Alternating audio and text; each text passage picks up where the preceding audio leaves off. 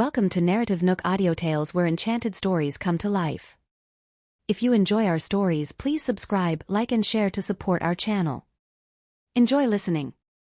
Everyone suddenly remembered that Arabella had been bustling around in the kitchen. Given its vast size and each person engrossed with their own culinary creations, hoping to impress Arabella, they had no clue what she had whipped up for them. The dish presented at the table was a particularly rare and expensive lobster, larger than life, its price tag dwarfing that of other well-known varieties. Originally, the chef had been tasked with preparing this lobster, but Arabella had spotted it earlier in the afternoon and volunteered to take over. She transformed it into a dish of exquisite beauty, so tantalizing it instantly whetted everyone's appetite. "Whoa sis, you can cook lobster?" Clark was utterly astounded, hastily pulling out his phone to snap a flurry of photos. "Sis, is there anything in this world you can't do?" Before David could finish his thought, he felt a sharp pinch from Mom on his arm and a stealthy stomp from Dad under the table, all while receiving a barrage of warning glares from around the table. Confused and in pain, David wondered what he had said wrong. "It's okay." Arabella just smiled calmly. "Why don't you all give it a try?" With that, everyone eagerly reached for their forks, chuckling and chatting. "If Bella made it, it's got to be delicious. This is definitely chef-level work." The chef, overhearing their praises, immediately concurred.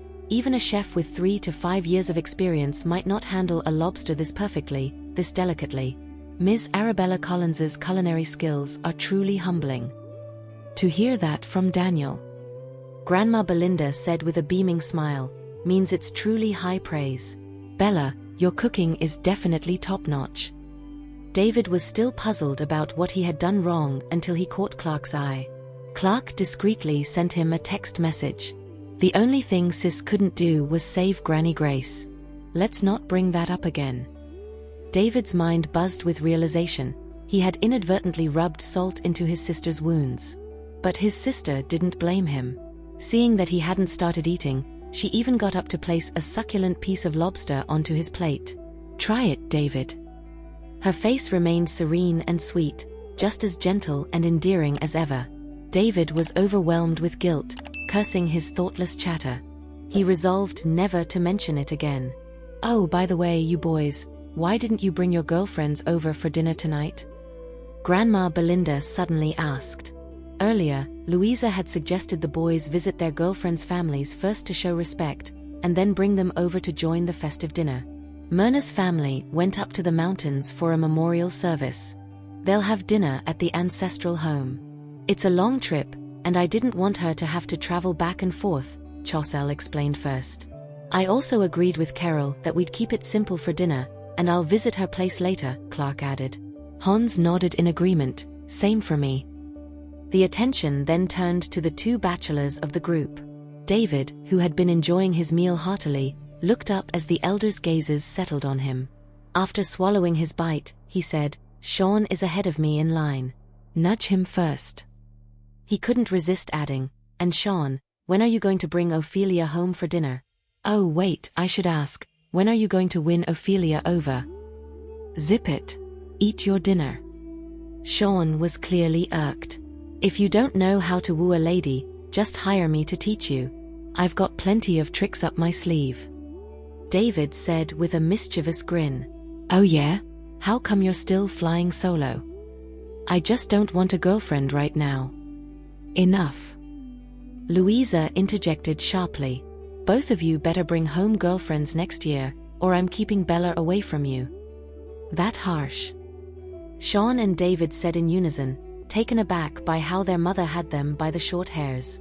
Meanwhile, Arabella sat to the side, her lips curled into a gentle smile. The meal ended in high spirits.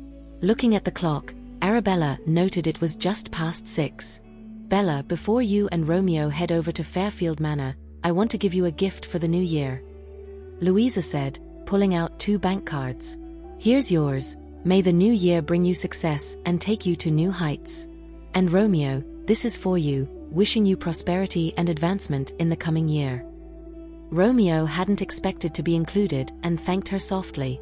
"Here's mine." Kenneth also handed them each a bank card. May all your dreams come true in the new year, may your worries vanish, and may your days be merry and free. The other relatives presented their prepared gifts, one for Arabella and one for Romeo, wishing you both health and safety year after year. May your heart's desires be fulfilled and good luck follow you. Arabella flashed a warm smile. I've also prepared some New Year's gifts for you all. Just give me a moment. I'll go get them. She turned and went upstairs. Romeo then brought his gifts and began to distribute them. We can't accept this, dear, Cornelia protested. We're the elders. We can't take money from the younger generation.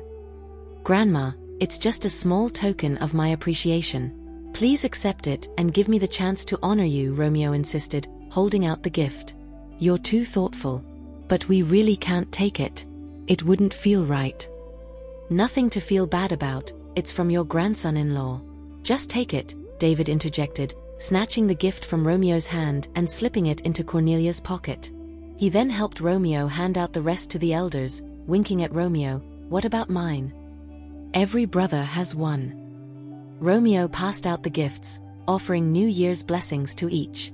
David hadn't expected to receive a gift from Romeo this year. But why's it a toy?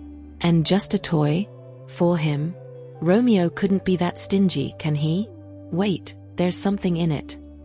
While everyone was busy chatting with Romeo, David turned away and sneakily peeked inside the toy, only to find a check for $10,000.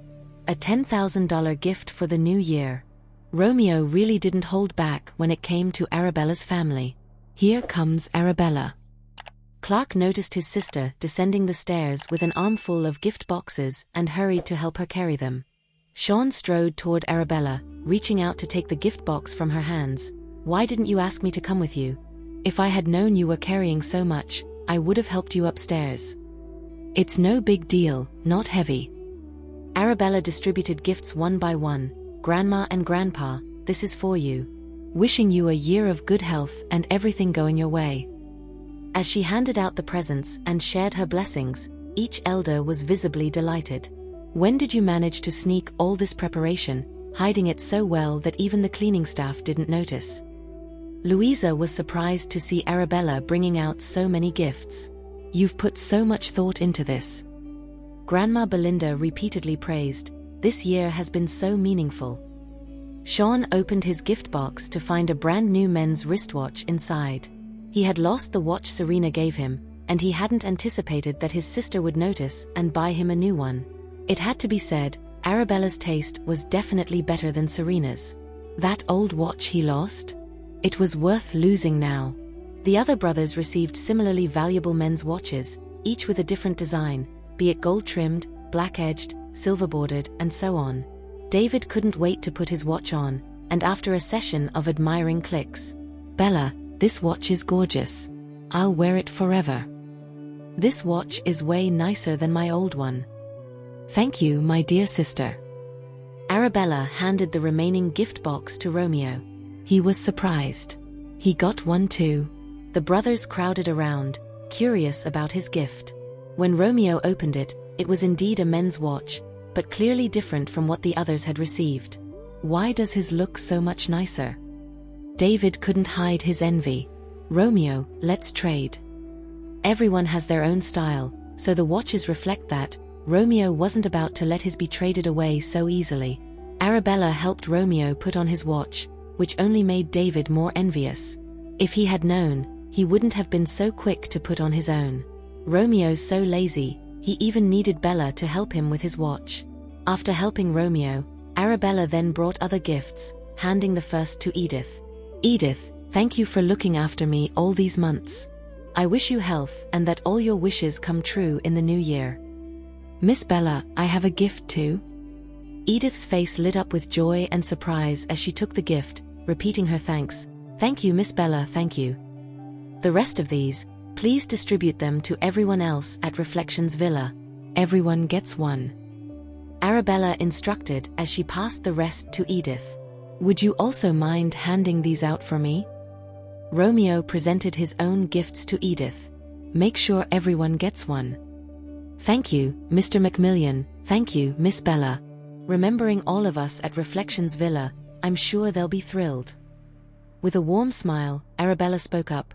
"Well, Dad, Mom, I'm off to accompany Romeo to Fairfield Manor now." "Have fun, dear," Louisa said affectionately.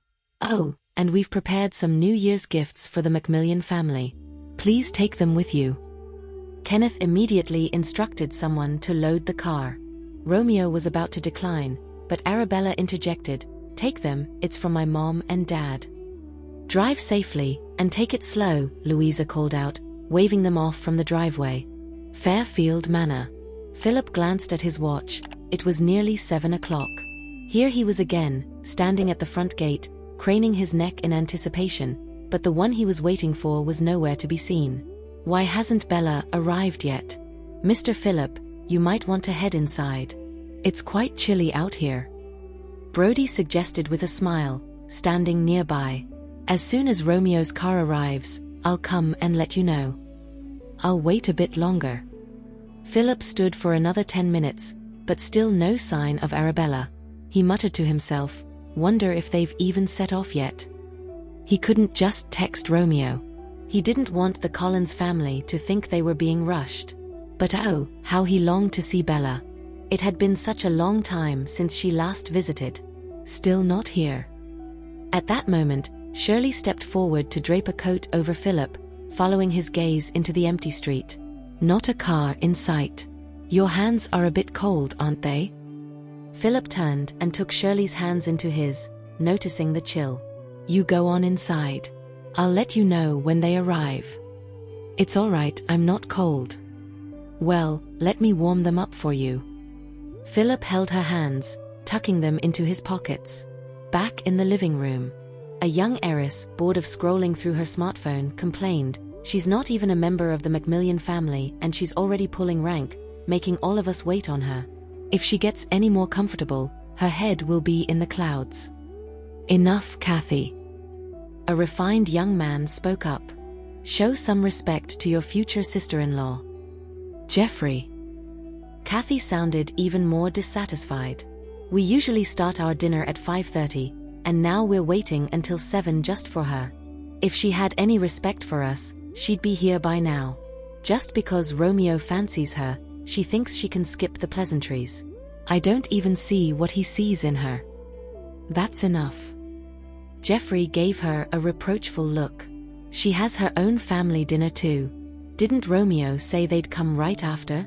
If you're hungry, there are appetizers on the table. Who wants to eat that stuff?" Kathy pouted. "I don't get why Grandpa and Grandma insisted on making her favorite treats. I heard tonight's dinner menu caters to her tastes, all seafood." It was downright absurd.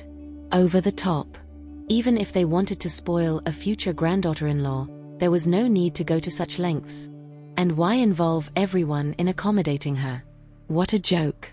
As Kathy fumed, she suddenly noticed her sister Luna engrossed in a video game. "Luna, don't you have an opinion on this?"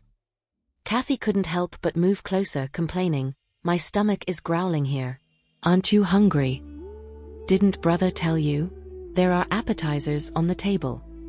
The gaming sister replied with icy indifference, her eyes glued to her phone screen. "Go away, Luna." Kathy was not pleased. "We need to take her down a peg or two, or life will be unbearable." They're here.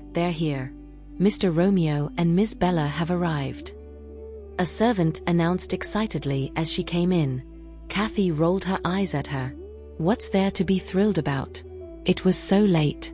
Did no one value punctuality anymore? Arabella wasn't even part of the Macmillan family yet, and the Macmillan staff was already this fond of her? Intimidated by Kathy's glare, the servant quickly tempered her excitement, not daring to make another peep. "My sweet pea, there you are at last," Shirley exclaimed as she saw Arabella step out of the car, rushing to clasp her hand. "We've been looking forward to this moment forever. Having you here to share dinner with us old folks fills us with such joy," Philip chimed in as he followed Arabella inside, his face creased with a warm smile. "Sorry to keep you waiting, Grandma and Grandpa." "Happy New Year," Arabella said with a warm smile. "Your presence is the best gift we could ask for." Meanwhile, Romeo, who alighted from the car as well, felt thoroughly overlooked. He retrieved the presents the Collins family had prepared from the trunk and approached. "Grandma, Grandpa, these are from Bella's parents, a token of their affection for you." "Oh, you brought so many gifts." Philip and Shirley were surprised to see their grandson carrying quite a few items. "You shouldn't have. Bella has some gifts for you too, we'll give them to you after dinner." "You got us presents too?" Philip was flabbergasted and touched. "You're too thoughtful, kiddo. It's us who should be giving you the gift, not the other way around. After dinner, we'll give you your gift." "Thank you, Grandma and Grandpa." The old couple couldn't hide their delight. Just then, Jennifer, hearing of Arabella's arrival, dashed over, apron still on. "My darling girl." Jennifer embraced Arabella tightly, overjoyed. "So glad you've made it. I've just whipped up your favorite dish, come on in, and no need to take off your shoes." "Bella's here? Now the gang's all here. I'll tell them to start serving the meal," George announced happily. Arabella greeted each of them in turn and as she entered, noticed some other guests in the living room. "Let me introduce you, this is Tomas and Donna," Romeo said, wrapping an arm around Arabella's waist as he introduced her gently. "Happy New Year." Arabella said politely to the two elders rising from the couch. "So you're the girl Romeo's fond of? You are quite beautiful, and you have an outstanding presence," remarked the woman, Donna, dressed in elegance and grace, her skin radiant and actions exuding the demeanor of a woman from a distinguished family. "It's a pleasure to have you, I'm Tomas," said Tomas, George's brother, whose dignified bearing commanded respect, clearly the result of years of cultivated poise and presence. "And this is my cousin Jeffrey." "Hello Bella, it's a pleasure to meet you," Jeffrey said, his handsome and dashing appearance complemented by a noble air that seemed innate, his every action reflecting his good upbringing. "Hello," Arabella greeted him with a friendly nod. "And this is my cousin Luna." "Hello Bella," Luna greeted, her beauty serene and tranquil like an autumn lake, her features finely drawn. "Hello," Arabella responded softly. "And here's little cousin Kathy." Kathy was a blend of cuteness and spirit, shining like a bright pearl. With Romeo present, Kathy still greeted Arabella. "Hello Bella, I'm so glad to finally meet you." She hadn't expected Arabella to be this striking in person. Previously, Kathy had thought her sister Luna was the most beautiful person in the world, with her unique, cool beauty and noble grace. But today, when she laid eyes on Arabella, she realized that there was always someone out there, ready to take the crown. Arabella's features were like a breath of fresh air, her ethereal beauty lit up the room, and she carried an air of sophistication that was impossible to ignore, even when she tried to tone it down. She had a kind of beauty that seemed untouched by the mundane world, both aloof and regal. It was no wonder Romeo was smitten. She was even more stunning than her own sister, Luna. "Hey there," Arabella said, picking up on the thinly veiled hostility emanating from Kathy. Kathy was smiling, sure, but her eyes were laced with arrogance and disdain, as if Arabella's presence was less than welcome. "Bella, let's go have the feast. Wait till you try my cooking." Jennifer tugged Arabella towards the kitchen. Kathy tried to follow but was stopped short by Romeo's firm grip. "Romeo." Kathy wobbled like a chick caught by the scruff. "You got a problem with my fiancé?" "No." Kathy rushed to clarify, "She's under your wing, Romeo, I wouldn't dare." "So, you do have a problem then?" "Romeo." Seeing the tension, Jeffrey quickly stepped in. "Kathy didn't mean it like that. If she disrespected your girl, I'd be the first to set her straight." "Think I can't see for myself?" Romeo's voice was frosty as he turned to Kathy. "Did I keep you waiting? Are you upset?" "No." Kathy was taken aback by Romeo's familiar coldness. "I just..." "Romeo." Arabella, noticing Romeo hadn't followed, looked back. Romeo instantly let go, and to hide any sign of the altercation from Arabella, he casually slung an arm around Jeffrey's shoulder. "Just gonna catch up with Jeff here, be right over." Arabella nodded, sensing the weird vibes but choosing not to pry. "Wait up, Bella." Kathy suddenly called out, eager to join them. Romeo, unimpressed by her quick move, commanded sharply, "Stop right there." His glare was clear. Did I say you could go? Kathy was on the verge of tears. Couldn't she just show the future sister-in-law around? Couldn't she try to be friendly? I'll deal with you after I'm done talking to Jeff. Stay here, Romeo said, leaving Kathy fighting back tears. Just let them be, Jennifer reassured Arabella as they walked away. The siblings don't get to see each other that often. Don't worry, with me here, you can make yourself at home. No need to be on edge. Kathy watched Arabella disappearing into the distance, her last shred of hope extinguishing. Romeo was daunting, and Kathy's confidence wavered. Romeo. Just let me explain. Ever since they were kids, Romeo had been the one to instill fear in them. He had always been the one they were afraid of. Come here, Romeo's voice was light-hearted yet commanding, causing Kathy to shrink back a little. My legs have gone numb, I can't move, she protested weakly. Weren't you sprinting just moments ago? Now I'm stuck. Seeing she wouldn't come to him, Romeo started walking towards her. This terrified Kathy, and with a sudden burst of energy, she sprang to her feet and dashed behind her older brother, gripping the hem of his shirt as she pleaded, Jeffrey, save me. Romeo, Jeffrey interjected, trying to smooth things over. Kathy's just being silly. She was out of line earlier. I'll have her write the house rules 100 times and send you a snapshot. Jeffrey. Kathy's eyes widened in disbelief. It was the new year. Their family's house rules were so extensive that even writing them once or twice could cramp her hand, let alone 100 times. She felt utterly betrayed by her own flesh and blood. She seems quite reluctant, Romeo observed, his gaze resting on Kathy. Romeo, can I just write it once, please? Kathy's eyes brimmed with a pitiful plea. I promise to be the most welcoming, friendly, and sincere person later. Just watch me. You could also try not being welcoming, friendly, or sincere. No, I'll be all that and more. Kathy begged, her eyes pleading with Romeo. Finish writing it 100 times and email it to me, and if there's a single typo, start over. Romeo. As her brother walked away, Kathy hurried after him. Listen to me, I was just hungry, okay? I have nothing against your fiancée, she's so beautiful and elegant, such a perfect match for you. Why would I have any issue with her?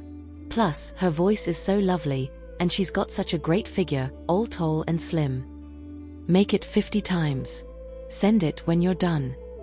Kathy paused, then quickly followed him. Romeo, I'm not finished. The moment I saw your fiancée, I was stunned by her beauty. Not a single word can be used to describe her allure. Her looks are the most beautiful, unique, and distinct I've ever seen. Seeing that her brother wasn't stopping, she added, such a stunning, lovely fairy joining us for the New Year dinner. I must bring my A-game, treat her right, and make sure she feels the warmth and love of our family. Her brother kept walking, so Kathy quickly added, before I met her, I always thought Serena wasn't good enough for you, but from the moment I saw your fiancée today, I felt like it was fate, that she was meant for you. She outshines Serena in every aspect, it's like she was born to be with you. You two look so good together, like a perfect match. Let me be the first to wish you both a lifetime of happiness and unity. 10 times. Thank you, Romeo, but can we do less? Kathy saw her chance as he lowered the count, pleading. After dinner, we're supposed to watch the show and fireworks with her, right? If I'm absent, she might think I don't like her. Just let me write it once. 1 time is already a lot, 100 rules, you know. Any more bargaining and you won't reduce a single word. Romeo. Kathy watched helplessly as her brother entered the dining room, feeling defeated. 10 times, she'd be writing until who knows when. At the dinner table, Philip and Shirley sat on either side of Arabella, fussing over her and urging her to eat more. Tomas and Donna had never seen their parents shower so much affection on a younger relative before. Even Jennifer, who was usually so aloof and shrewd, had lowered her guard.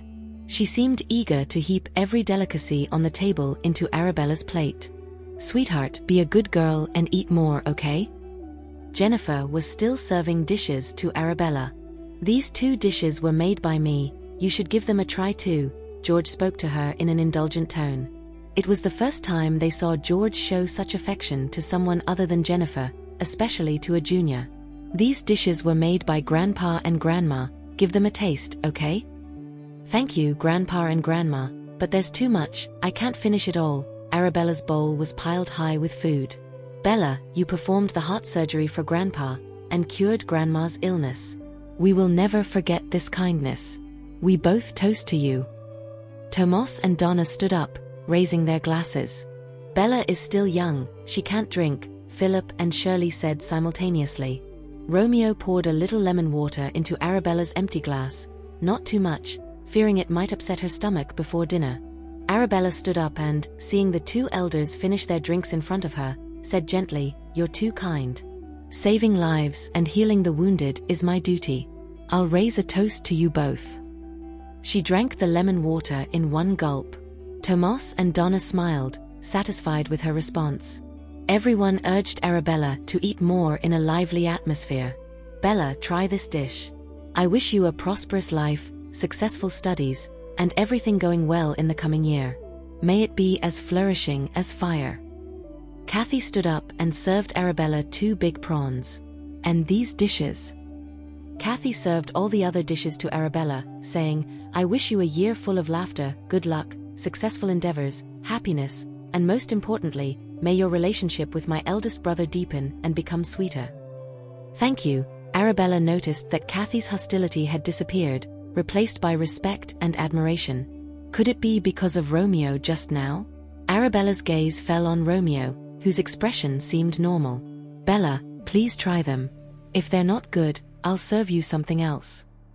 Kathy hoped Arabella would accept her goodwill and show it to her eldest brother. "Wow, Kathy, you're so sweet today," Shirley chuckled. "Speaking of which, you should learn more from your sister-in-law. Her virtues are like the stars in the sky, countless. When I saw her for the first time tonight, I knew she was extraordinary." Kathy hadn't finished speaking when she saw her eldest brother personally peeling shrimp for Arabella.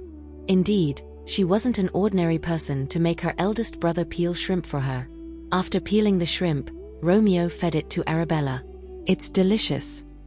Kathy finally breathed a sigh of relief. Did this mean Arabella approved of the dishes she served? "Bella, I can peel shrimp too. Let me peel 2 for you." Kathy wiped her hands clean and started peeling the shrimp. "The shrimp I peel is no worse than Romeo's." "Bella, eat more," Jeffrey and Luna warmly invited. "You guys should eat too."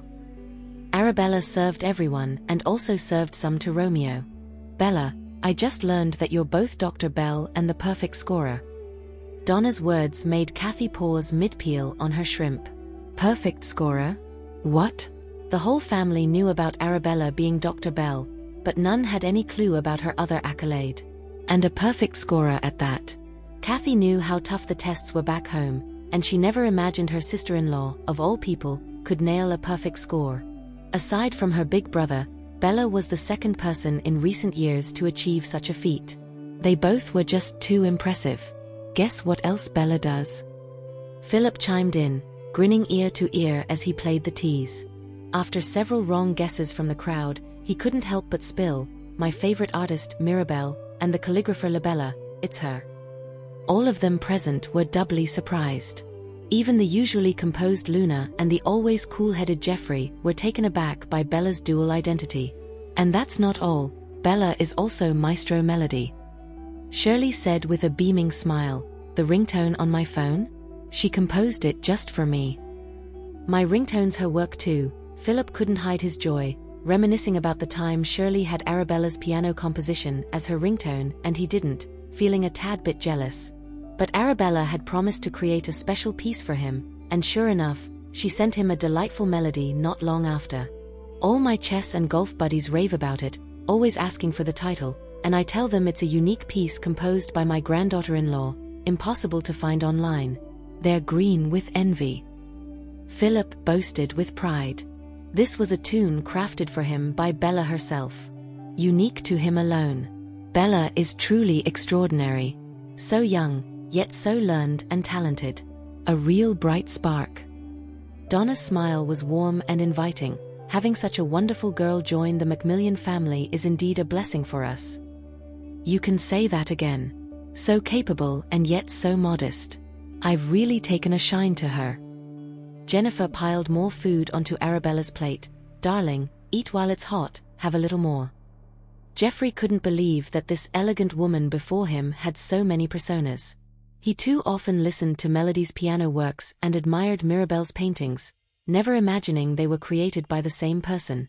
How many times had he been captivated by the brilliance in those paintings, or enchanted by the latest piano composition, wishing to meet these masterful artists?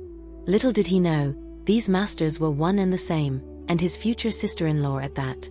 Jeffrey averted his gaze from the girl's refined appearance, feeling a tinge of melancholy. Luna hadn't encountered someone so talented and captivating for a long time. Learning of Bella's many identities, she was surprised but felt an increased fondness. After snapping out of her daze, Kathy carefully placed a peeled shrimp into Arabella's plate. Bella, you're so incredible. No wonder Grandma said your virtues are as numerous as the stars in the sky. She wasn't just being kind. You truly are amazing, utterly admirable. Initially, Kathy thought Bella was just some nouveau riche heiress from a humble background. She had no idea she was in the presence of a top-tier boss. Donna laughed. All of you should take a leaf out of Bella's book. As the meal concluded, everyone moved to the living room where Shirley had invited a series of entertainers, a sketch comic, a magician, each taking their turn to perform. Some acts had everyone in stitches, while the magician's tricks drew gasps of wonder. Romeo watched the joy on Arabella's face, his own lips curving into an involuntary smile. Half an hour later, all the performances had come to an end, and Jennifer, linking arms with Arabella, beamed at her. Bella, how about we go watch the fireworks? Your grandma and grandpa had them set up just for you. Arabella's gaze shifted towards Philip and Shirley, her tone gentle. Thank you, Grandma and Grandpa. I just hope you like them. Philip helped his wife put on a woolen beanie and a thick coat before they all made their way to the garden. It's a bit nippy out here, Bella. Do you have a warmer coat? A gust of wind made Shirley's neck chill, and she was concerned Arabella might catch a cold. But in the next second, Romeo draped his overcoat around Arabella's shoulders and meticulously fastened each button. Wear mine, it'll do. The black overcoat hung loose on Arabella, accentuating her slender figure even more. Kathy hadn't expected Arabella to carry off Romeo's overcoat with such a cool vibe. It seemed like her sister-in-law was a natural clothes horse, the kind who could make even a burlap sack look good.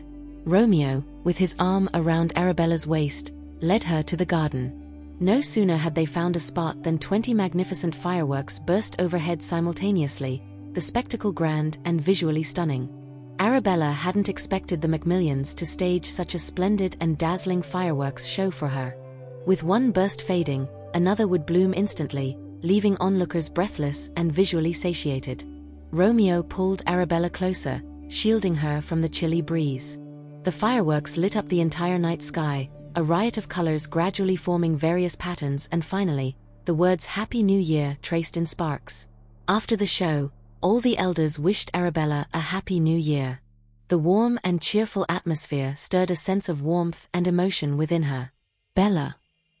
As the fireworks display came to an end, everyone started heading back inside. Kathy hurriedly caught up to Arabella and said to Romeo, I need to ask Bella about something. After a glance from Arabella, Romeo reluctantly let go of her but shot Kathy a warning look, silently telling her not to stir up trouble.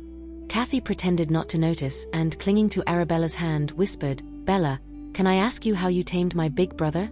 He's so gentle around you. Before she could finish, she quickly added, I don't mean to tame him, just wish he'd be a bit gentler with us too. Kathy. Romeo's voice came from behind them. Kathy spun around, stammering, I was just telling Sis how gentle you are. She said you're really gentle. The sternness in Romeo's demeanor softened into a more gentle presence. Romeo really does seem a lot gentler around you. Kathy once again murmured in Arabella's ear, I declare, from this moment on, you're my idol. Whatever you say, I'll do. Speak your mind, Arabella said, seeing right through her little ruse but knowing she bore no malice. Kathy hadn't expected her sister-in-law to be so much more perceptive than she'd anticipated, and she giggled, slightly embarrassed. Romeo thinks I've been disrespectful to you and has sentenced me to copy the family code 10 times. You have no idea, our family code is foul and lengthy, enough to circle the earth. Please, dear Bella, help me talk to him. Wouldn't once be enough. Copying it 10 times would be the death of her. Arabella raised an eyebrow, realizing this young girl had cozied up to her, arm in arm, hoping to reduce her sentence. Actually, writing more could benefit you, Arabella teased. How so? Your handwriting might improve. For listening. If you have enjoyed this story, please like and share so others can see it too. Also hit the subscription button and notification bell so you can be notified on our next release. Thank you for your support. God bless you.